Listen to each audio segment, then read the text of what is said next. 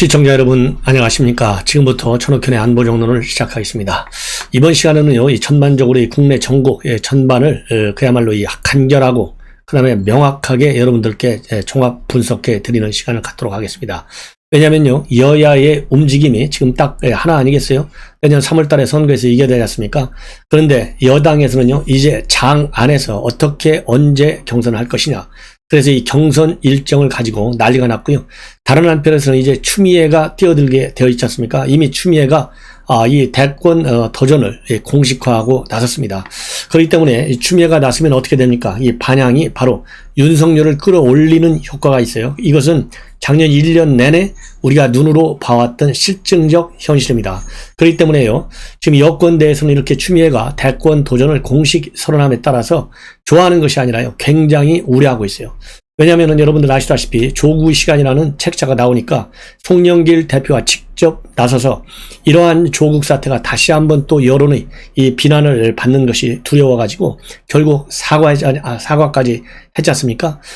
그럴 정도로 또 이제 부동산 문제와 관련해서도 상위 2% 이 조세 법정주의에 반한다. 이런 나라는 전 세계 어느 나라도 없다. 이런 비판이 있지만은 어쨌든 궁여지책으로 의총까지 열어가면서 이 부동산 문제에 대한 세율을 조정하고 나섰어요. 이 얘기는 결국 뭡니까? 선거에서 이기기 위한 전략이 여러 가지가 있지만은 부동산 문제가 가장 큰 원인이다. 이런 판단이고요. 또 하나 이 조국 시간에 대해서 사과한 것은 바로 이 중도층과 2030 세대의 지지를 받지 않으면 절대 정권을 되창출할 수 없다는 결론에 도달했기 때문에 이 대표까지 나서서 이렇게 강력히 조치를 취하고 있는데요. 추미애가 나섬으로써 이런 것이 또 무너지고, 그 다음에는 경선 일정을 강제적으로, 즉 이 반 이재명 측에서 얘기하는 대로 당헌 당규를 거쳐가면서까지 이거를 연기할 경우에는 그 후폭풍이 만만치 않으리라고 봅니다. 제일 먼저 이 집을 빠져나올 사람들이요, 이미 한 절반 이상이 다 빠져나왔는데 2030 그리고 중도층이 빠져나와요. 왜냐하면 중도층이라고 하는 것은 상황에 따라서, 이슈에 따라서 왔다 갔다 하는 흔들리는 층이 중도층이에요. 그러면 제가 볼 때 중도층의 기본 정서는 뭐냐? 원칙을 지키는 것이 중도층입니다. 거기에 대해서 이제 보수적인 시각을 갖고 원칙을 지키면 보수 쪽이고요.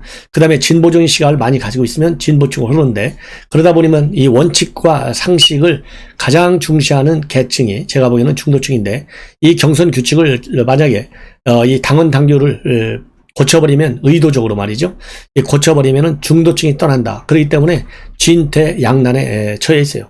더군다나 최근에 이준석 대표가 이 국민의힘의 당 대표로 딱 선출됨에 따라서 이 젊은 열풍이 불고 있는데, 그러다 보니까 지금 당에서는 당 나름대로 대선 기획단에 젊은 사람을 갖다 앉히려고 이것저것을 많이 재고 있고요. 청와대에서는 아예 극약 처방을 했어요.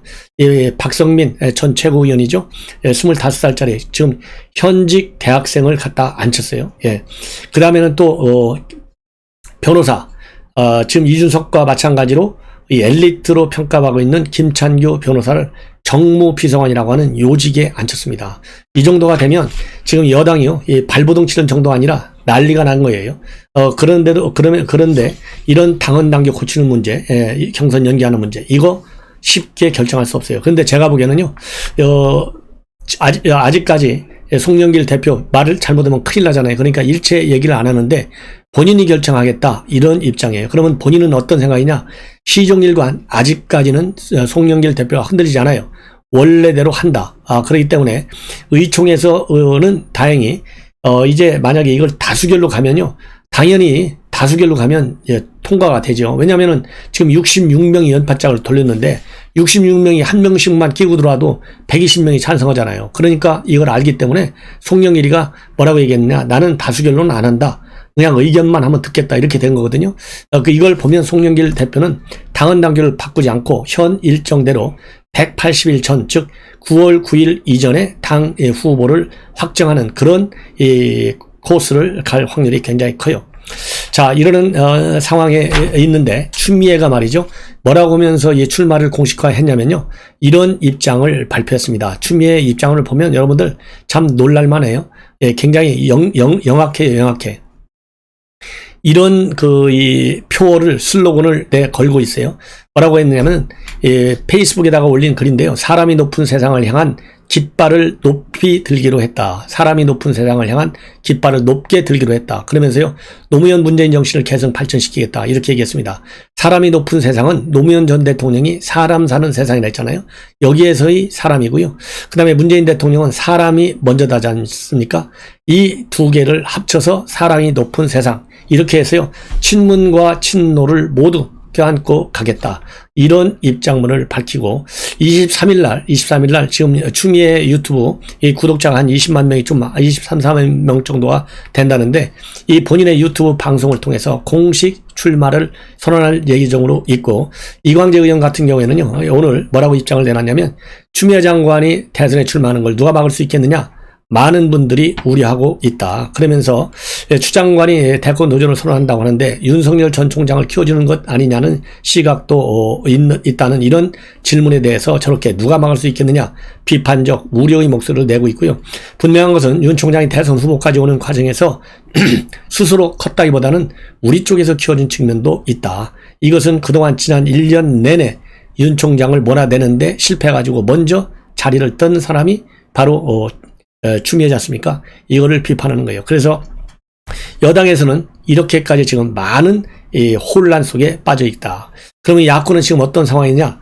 야권에서는 지금 갑자기 야권에서는 지금 제1주자가 어떻든지 간에 윤석열 아니겠어요? 지금 윤석열 총장의 지지도를 보면 뭐 왔다 갔다 하는데요. 한국사회여론조사연구소가 18일하고 19일 이틀간 조사한 내용을 보면 윤 총장은 지지율이 오히려 올라가고 있어요. 38%로. 그리고 이재명 지사는 떨어져서 25%가 되고 있습니다. 이 나머지 후보들은 뭐 굉장히 한 자리 숫자에 불과하기 때문에 별 의미가 없고요. 자, 이렇게 해서 어쨌든 간에 이 후보, 이 윤석열 후보의 말하자면 이 총장의 지지율은 상당히 견고한 이 고공에 지금 딱, 고공 지지율을 확보하고 있는 상황이에요. 이러다 보니까 이제 여권에서 그러지 않아도 윤 총장 흠집을 좀 내려고 노력하고 있는 상황에서 야권에 있는 김무성 전 대표의 이 보좌관이었던 장성철 소장이 이 엑스파일에 관해서 윤석열 총장이 막아내기가 굉장히 어렵겠다라고 얘기하는 그런 이 페북에 글을 올려갖고 지금 일파만파 이 상황이 커지고 있는데요. 그렇기 때문에 지금 야당 쪽에서는 한편으로는 이 엑스파일, 이 파문을 좀 줄이는 그런 노력을 하고 그러면서 이준석 대표서부터 시작해갖고 김기현, 그 다음에 야권에 있는 모든 인사들이 일제히 안철수 대표 이르기까지 우선적으로는 이 송영길 대표가 맨 먼저 엑스파일을 얘기했기 때문에 엑스파일의 실체를 밝혀라 이렇게 얘기하고 있고요. 이준석 대표도 예외가 아닙니다. 자, 그리고 이 법적 책임을 져야 된다라고 하는 그런 주장까지 나오고 있어요. 대표적인 분이 김재원이죠. 그리고 그렇기 때문에 이 엑스파일과 관련해서는 안철수 대표도 마찬가지입니다. 엑스파일과 관련해서는 정치적인 압박과 비판 여론 그리고 이 법률적인 측면에서의 대응까지도 시사하고 있는 것이 이 야권의 움직임이고요. 다른 하나 이제 윤석열 총장은 여기와 관련해서는 일체 대응을 하지 않겠다. 이런 입장에 조금 더 변화가 없는데요. 제가 보기에는 현 단계에서는 여기에 말려들지 않는 것이 좋을 것 같아요. 왜냐하면 그 말이 맞다 틀리다 하면 이게 여권이 노리는 것 아니겠습니까? 그래서 이 중도층의 지지를 이탈시키려는 이 엑스파일을 통해서 그렇기 때문에 대응하지 않겠다라고 하는 윤 총장의 생각은 맞을 것 같아요. 과거에 BBK라든가 김대엽 일일이 대응하다가 예를 들어서 이 BBK 사건에 관해서 이 MB 대통령 선고를 했지만은 이회창 대표는 실질적으로 실패하지 않습니까? 그렇기 때문에 실패할 확률이 더 많아요. 왜냐하면 여권이 공론화시키는 데는요, 야권이 따라갈 수가 없어요. 여권의 이런 이 조작 여론 뭐 이런 거, 그야말로 무지막지한 이런 홍보 전략, 이런 것은요, 우리가 따라갈 수가 없어요. 점잖은 야권에서는. 그렇기 때문에 말려든지 않으려면 무대응이 상책이다. 저는 그런 생각이고요.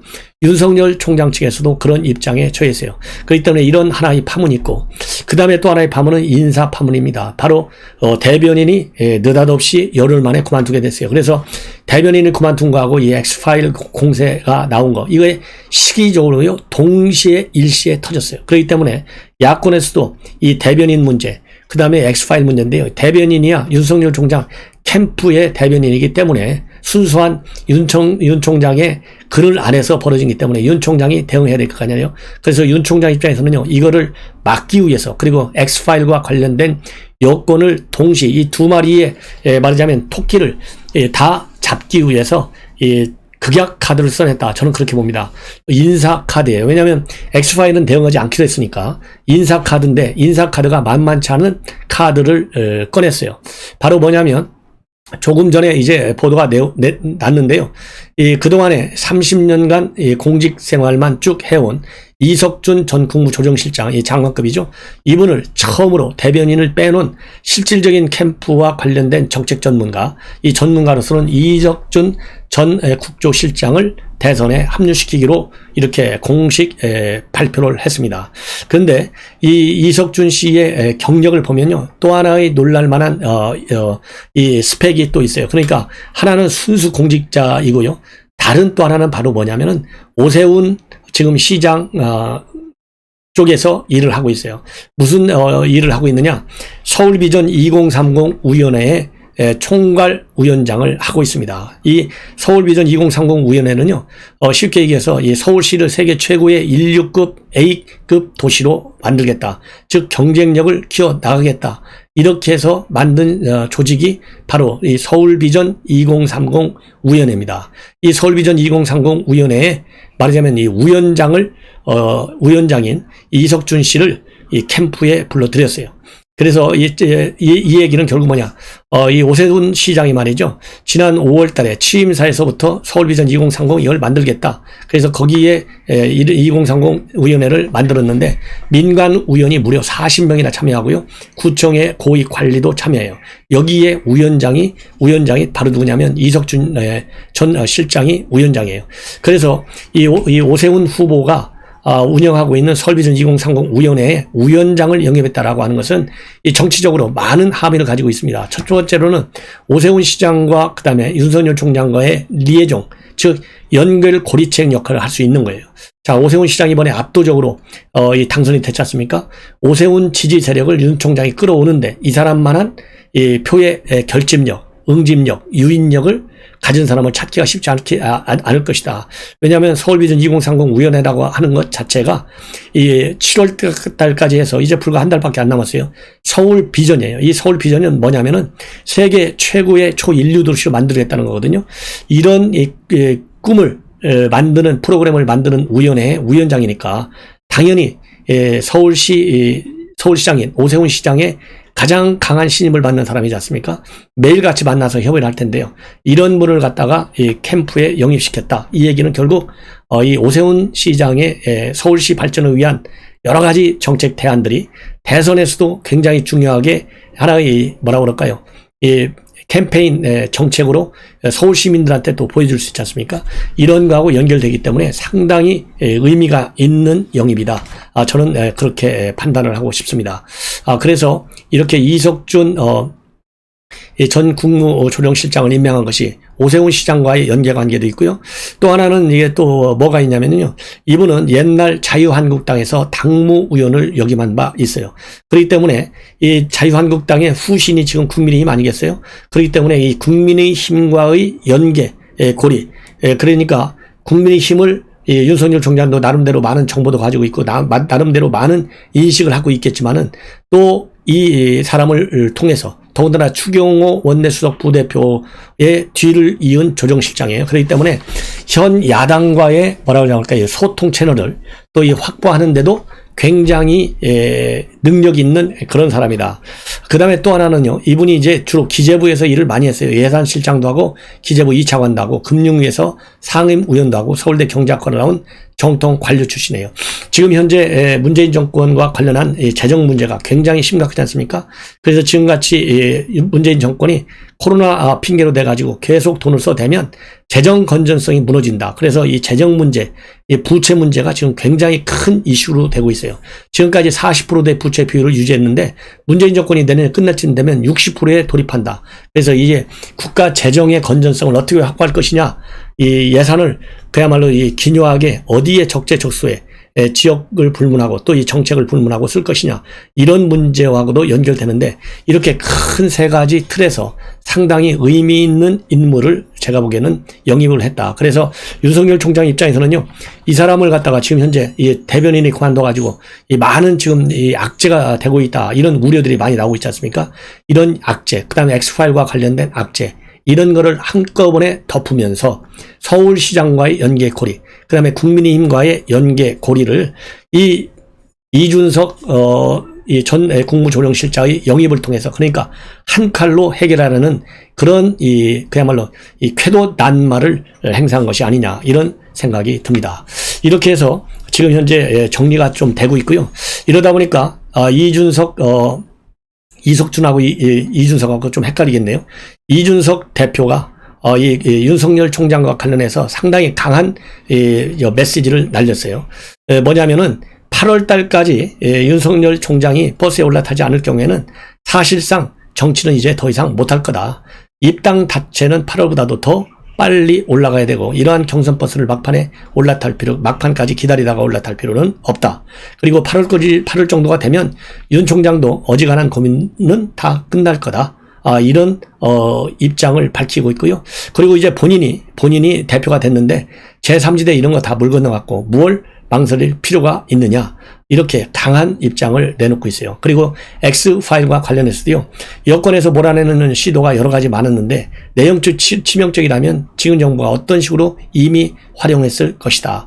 이런 입장을 내놓으면서 X파일에 대해서는 상당히 이 방어적인 입장을 내놓고, 그리고 이 경선버스 운행과 관련해서는 상당히 강하게 윤 총장을 다시 한번 압박하는 그런 메시지, 즉 양면성을 가진 이 메시지를 이준석 대표가 내놓고 있다. 이것이 상당히 좀 특이한 메시지라고 볼 수 있고요. 그 다음에 이제 지금 윤석열 총장이 흔들리고 있고, 또 윤석열 총장과 그 다음에 당과의 대결적 국면에 있어 보이는 이 상황에서 이거를 나이스하게 벗어나기 위해서요, 지금 당직을 중요 인사들에게 맡겼어요. 그래서 이런 이 대선 주자들, 야권의 대선 주자들과의 가교 역할을 할 수 있는 자리에는 대외협력위원장에 권영세 의원, 사선 의원을 앉혔고요. 인재영입위원장에는 여러분들 아시다시피 정병욱 전 5선 의원을 인재영입위원장으로 앉혔습니다. 그리고 IT 전문가인 이영 의원을 디지털정당위원회 위원장. 그래서 이 디지털정당이라고 하는 것은 이번에 이준석 이 대표가 사실상 SS를 통해서 당대표가 됐다, 이렇게 해도 과언이 아니잖아요. 그래서 디지털 정당을 통해서 당의 외연을 많이 확보하려는 것이 아니냐. 이러다 보니까요, 지금 야권에 있는 잠룡들이 일제히 꿈틀거리고 있습니다. 여러분들 잘 아시다시피 이 최재형 감사원장도요, 본래 7월 초에 선언한다 이렇게 돼 있는데 사표낸다. 이달 중 사표낼 가능성이 크게 거론되고 있고요. 그 다음에 김동연 전 부총리도 지난 17일과 18일에는 경북의 안동과 상주에서 이 스마트팜까지 찾아내면서 농촌을 현장을 뛰었는데요. 21일, 22일에는 서산 어촌에 찾아가서 현장 학습을 하는 걸로 그렇게 돼 있어요. 왜 그러냐면 4차 산업혁명에 있어서 농어촌의 이 발전, 혁신이 굉장히 중요한 과제다. 그래서 지금 농어촌을 샅샅이 말하자면 훑고 다니는, 그럼으로써 이 본인의 견문을 넓히겠다, 이런 입장을 상당히 강하게 내놓고 있고요. 그 다음에 장성민 전 의원도 이 잠룡으로 되어 있지 않습니까? 그런데 본인도 이 빅 텐트에 적극 참여하겠다, 이런 입장을 내놓고 있고요. 그 다음에 유승민, 하태경, 원희룡 이런 분들도 지지 포럼을 결성해서 이 잠룡으로서의 위상을 확보하기 위해서 다방면적으로 뛰고 있는 그런 상황입니다. 이렇게 해서 지금 이제 말하자면 이준석 대표가 들어선 이후로 이제 시간이 별로 없거든요. 8월 말 버스 운행하는 것이 굉장히 강한 의지이기 때문에 야권에서 거론되고 있는 이 잠룡들이 일제히 이 버스를 타기 위해서 굉장히 급하게 뛰어나오고 있다. 이런 상황을 여러분께 말씀을 드리고, 이제 마지막으로 더 하나만 말씀을 드린다면요, 이 국정원 박지원 원장이 간 이후로요, 우리 국민 여러분들께서 굉장히 많이 우려를 했을 거예요. 왜냐하면 제일 큰 것이 박지원의 성향입니다. 하나는 지나치게 김정은의 굽실거리는 성향이고요. 그 다음에는 실정법을 위반하여 가면서까지도 DJ와 김정일과의 정상회담을 성사시킨, 그렇기 때문에 임기 1년도 안 나온 상태에서 박지원 원장을 임명했다. 이거는 결국 이 문재인 대통령의 꿈에도 소원이 뭐예요? 정상회담 하는 거잖아요. 그러다 보니까 지금 어떤 무모한 일이 벌어지고 있냐면, 국정원의 원은석을 최근에 바꿨어요. 근데 이 원은석을 바꿨는데, 이 바꾼 원은석의 필체가 누구 필체냐? 옛날 간첩 신영복 필체예요. 이 신영복 필체다 보니까 이 전직 국정원 지금 요원들이 오늘부터 매일 매일 2시간씩 국정원의 정문과 남문, 후문에서 2명씩 릴레이 시위에 참여하고 있습니다. 그래서 국정원의 정체성을 훼손한 박지원은 사퇴하라, 이 간첩 글실제 원은석의 부수자, 이런 피켓을 들고 시위에 나섰다. 그래서 이런 걸 보면 우리 시청자 여러분들께서도 박지원 원장 이 사퇴 압박을 더 가야 되겠다. 더군다나 말이죠, 이번 이 원훈 내용은 말이죠, 통상적으로 이 국정원들로부터 아이디어를 받아갖고 원훈을 정하는데, 이번에는 문재인 대통령이 2018년도에 국정원에 방문했을 때 했던 말, 국가와 국민을 위해서 좀 헌신해달라, 이런 말을 그대로 갖다 붙였어요. 그래서 원훈이 국가와 국민을 위한 한없는 충성과 헌신인데요, 대통령의 말을 갖다가 그대로 놨다. 이 얘기는 뭐예요? 문재인한테 충성하는 국정을 만들겠다는 거예요. 더군다나 내년 중요한 선거를 앞두고 이거 우리가 신뢰할 수 있겠습니까? 그리고 또 이 신형복체를 썼다는 얘기는 뭐예요? 김정은이한테 충성을 하는 맹세나 마찬가지예요. 그래서 이 국정원은 오로지 대한민국 국가와 국민을 위해서 충성하는 그런 헌신하는 기관이어야 되는데, 김정은과 다른 한편을 쓴 문재인에 충성하라는 메시지를 바란 거예요. 이런 원어를 쓴 박지원이 우리가 이해하고 넘어갈 수 있겠습니까? 반드시 사퇴시키는 압박 여론을 만들어야 되겠고요. 국민의힘도 정신 똑바로 차려가지고 이런 거 정보위에서 제대로 따지고 들어라, 이런 당부의 말씀을 드리고 싶습니다. 시청자 여러분, 이것으로 제 방송을 마치고요, 또 이어서 중요한 뉴스 전해드리도록 하겠습니다. 대단히 고맙습니다.